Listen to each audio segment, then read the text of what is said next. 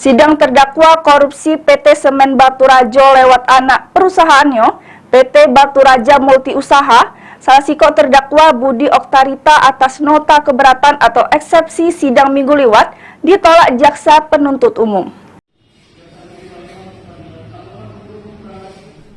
Salasiko terdakwa kasus korupsi lewat anak perusahaan PT Semen Batu Raja, yaitu PT Batu Raja Multi Usaha, yang sudah melakukan penyimpangan terhadap keuangan PT Semen Batu Raja sebesar 2,6 miliar rupiah, ini jalani sidang di Pengadilan Negeri Palembang.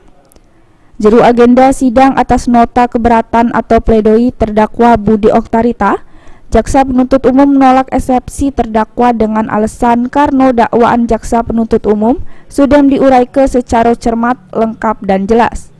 Sehingga jaksa penuntut umum menganggap dakwaannya sudah memenuhi secara formil dan material. Atas perbuatannya, para terdakwa dikenakan pasal alternatif subsidiaritas ke-1 primer pasal 2 ayat 1, subsidiar pasal 3 junto pasal 18 Undang-Undang Nomor 20 Tahun 2001 tentang tipok atau kedua, pasal 8 junto pasal 18 Undang-Undang Nomor 20 Tahun 2001 tentang tipikor. Lutfi, PAL TV.